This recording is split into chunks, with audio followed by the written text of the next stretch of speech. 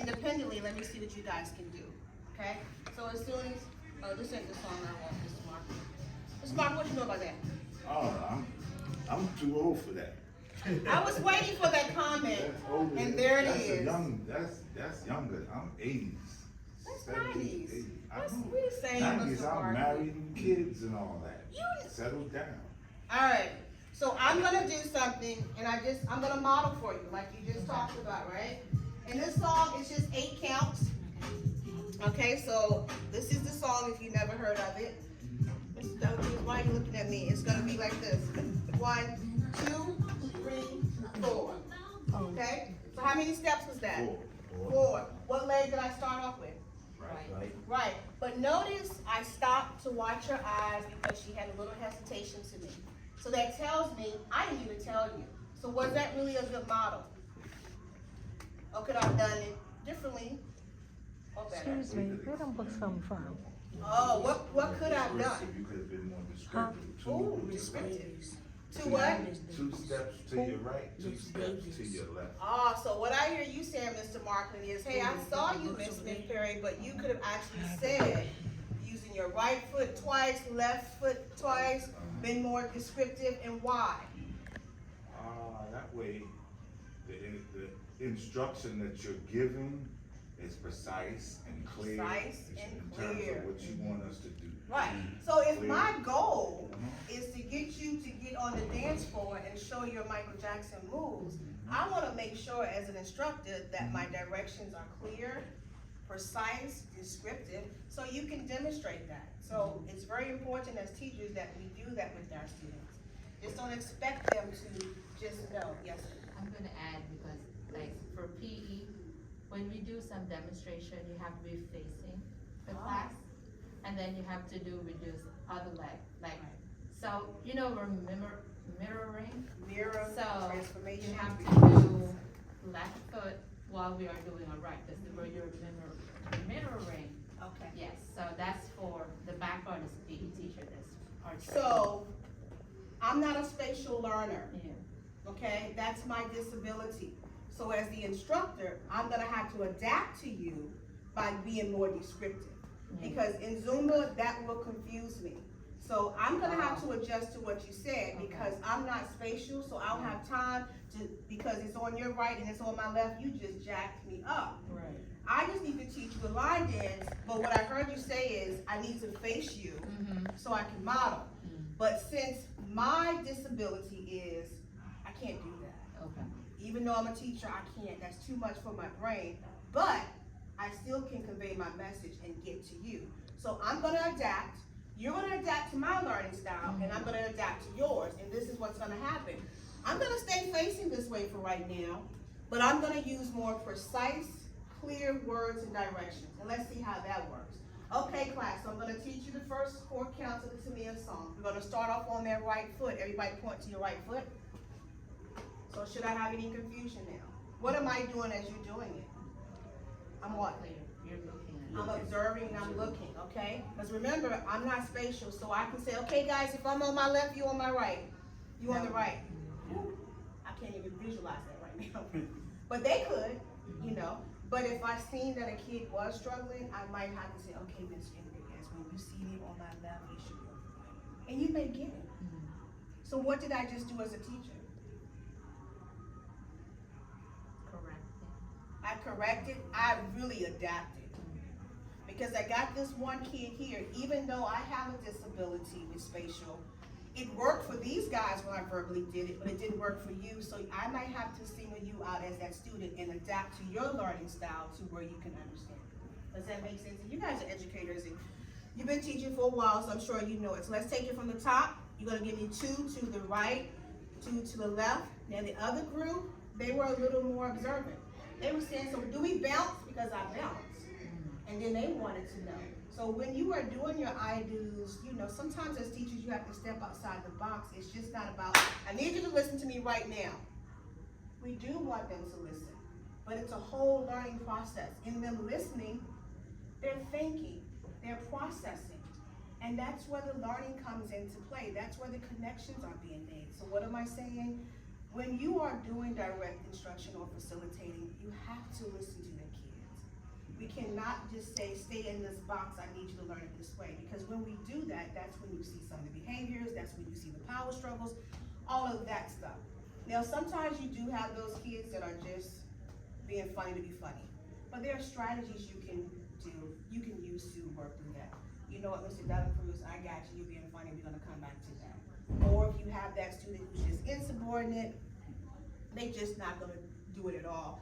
They're trying to be funny, they're stopping your teaching flow. You should have something in place for that. Mine is, I don't teach a brick wall. If you don't want to listen right now, if you don't wanna participate, for right now, you just go over there and you feel quietly. But for right now, I'm here. But whatever your teaching method is, but let's go back to the top. So we're gonna do 2 to the right. Notice that 2, I said 2 to the right. Kids might say, what, right? Or, what are we doing? So I might need to be a little more clear. You're gonna bounce 2 on the right. 1, 2, 3, 4, okay? So that's I do, we do it together. Let's take it from the top. 1, 2, 3, 4, okay? So now I can add on, because I don't see any problems, no observations showing me that I need to do some differentiation later or scaffolding. We are all on the same page. So what can I do now as a teacher? I can proceed by adding to what I just taught you. We're gonna add to what I just taught you. Has anybody ever heard this song before? No.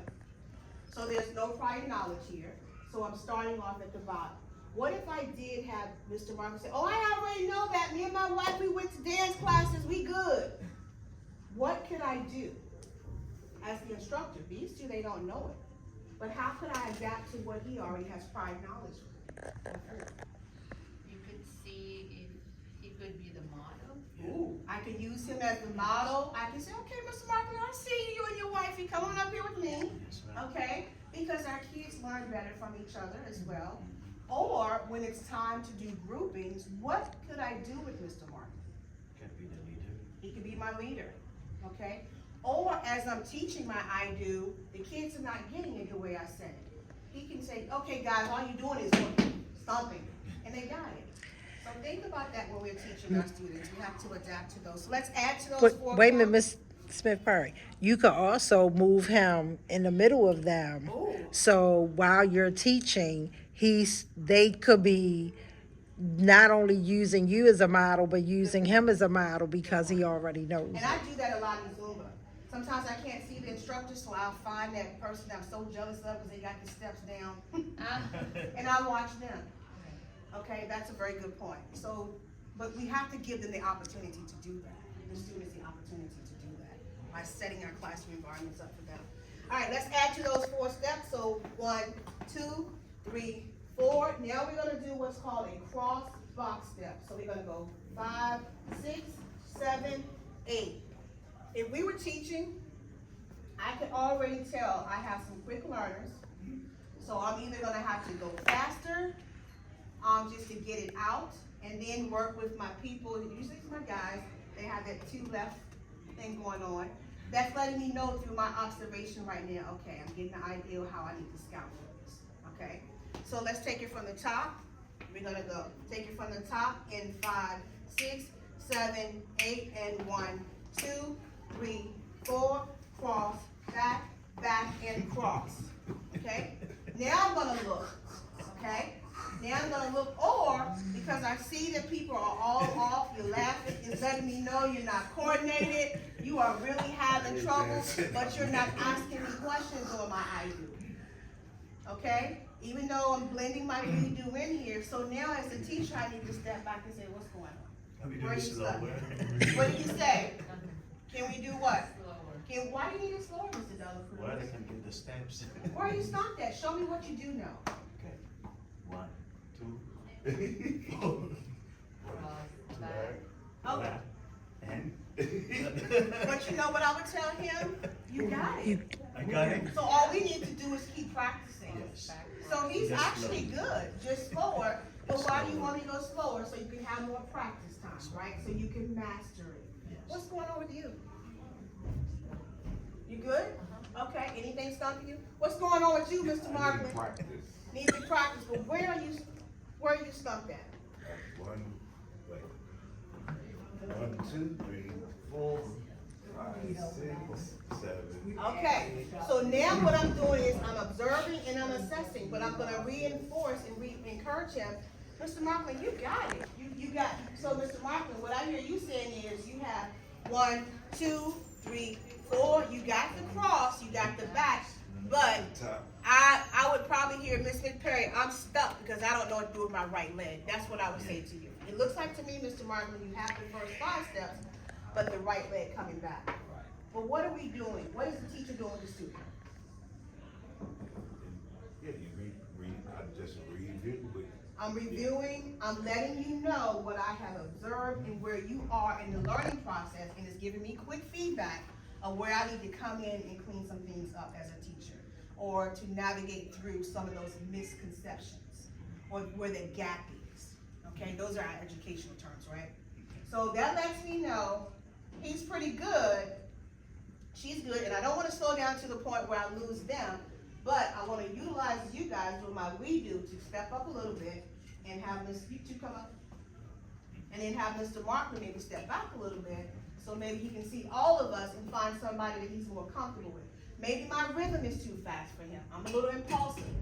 Or maybe it's not fast enough for him, and he finds, oh, I can follow him because he's, what? I'm slower. He's slower, and that's what he needs. That's what sometimes we need to do with our students. We need to put them in the forefront during the learning process so everybody can learn together during the week. All right, so let's do the we do again. We're gonna repeat the same steps. So notice, at first, the focus was on what I was saying, okay? It was pretty much what I'm saying you need to do, but now I'm gradually shifting what I know to you. You're taking some of the information out of my head and applying it, so eventually you should be able to do what? Do it by yourselves, right? But we're not there just yet. I can't say, okay, Mr. Regan, you got it, we good, go ahead, go with your husband, y'all just have some fun, or whomever, right? We're not there, right? You're gonna embarrass yourself on the dance floor. That's the same thing with our kids. We can't just give them 1 or 2 steps and then we give them the test and they get a 4. And we go, well, I taught it to you. Did we really? Did we really assess prior knowledge? Did we really assess the process through the learning curve? Did we really find out, oh, he knew the 1-step equation, but when he came down here, he forgot to balance it? So it threw his whole solution off? Or in PE, give me an activity you guys do.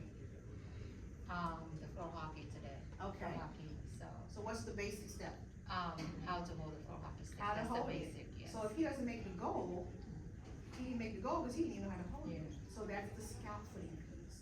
That's the breaking down piece, or some of the strategy and differentiation. So let's take it from the top so I can get you to this part. In 5, 6, 7, 8, and 1, 2, 3, 4, 5, 6, 7, 8. Again with the I do. And actually this is we do. 5, 6, 7, 8, and 1, 2, 3, 4, 5, 6, 7, 8. What am I doing with my modeling? I'm speeding up the parts you already mastered. I'm slowing down the parts where there's a challenge. So I'm scaffolding a little more until I see that we can do that together. So let's take it from the top. 1, 2, 3, 4, 5, 6, 7, 8. So I slowed down everything. Let's do it one more time, then I have something different for you. 5, 6, 7, 8, and 1, 2, 3, 4, 5, 6, 7, 8. So I see that some of you have it, so I would come to that student and break it down even more, scaffold even more if I could. I would say, you know what, Mr. Markham, all we're doing is this. 1, 2, 3, 4, we're crossing over and making a box. I may even draw, okay? So all we're doing is 1, 2, 3, 4, I cross, we take these 2 legs and just make a box. Step back. Was that better for you? So notice how I adjusted even more, okay? And that's what we should do as educators. So let's just take that first 8 count, put it to the music, and then we'll sit down and now let you guys. Mr. Martin, where are you going?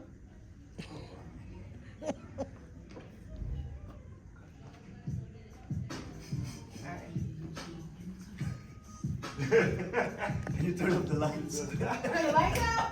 Oh, you really want to be at the party, huh? 6, 7, and 1, 2, 3, 4, 5, 6, 7, 8. Alright, what happened there? You picked up the pace? I did, so could I have done something with my I do before I did a we do? Yeah, I could have adapted and be like, okay guys, this is the tempo of the music, so when I play this. Now what I want you to do for the sake of time is, I did it, we did it together. I'm gonna give you 45 seconds together as a group, just to collaborate, think, pair, share, discuss what's going on, discuss and see if you can help somebody. Let's just have some cooperative group work there. Take 45 seconds. I'm joking. Oh, I lose. Look at Miss Enriquez! What? Get it, girl! See, Vegas is a dancer. Is she? Uh-oh. Be a dancer. Okay. Okay, My- so cross, My back, short-term memory and is then called. back, cross. Just reverse the thing. Just reverse it. Cross, back, and then back, cross. 3, 4. Cross, back, and then back, cross. Yeah, that, and you know what? That's very good. A lot of teaching going on here. First thing I wanna say is, notice how she did what I did, but her language was totally different. She scaffolded down. She scaffolded it down even more. She individualized even more, and he got it more with her than he did with me. So what does that tell us about when our kids have the opportunity to talk? Interpret the message. Yeah, it's clear. Clear with the- Mhm, with it's the clear. pair. Also, he didn't do that last cross, but she said, she nodded as to say, you got it, because she realized he had the steps, but he didn't have the perfection, if that's the word I'm looking for. Or if he didn't have the steps like we did, but at least he has the basic understanding. Now we can come back in. You got the basic understanding, Marlon. Now I'm gonna come back in, let's clean up that basic understanding. That's how we should be doing in our classrooms. We should be, I do, we do, you do, to assess to see where they are, see what that foundational thinking or their skill set is, and then come back in and say, hey, Marklin, you got these steps down, and you're even coming up, but you're gonna actually have to cross to get to the next step, okay? Notice I'm just not saying, you're gonna take this MSA or MCAP test, and this is what you need to learn. We can't do that. Okay, you have to scalpel, you have to break it down. I know the goal is to expose them to the curriculum, okay? And we do it, but we cannot expect mastery when we should be teaching, I do, we do, you do, okay? So you can go back to your seats. Good job, guys. Rocky, you got it.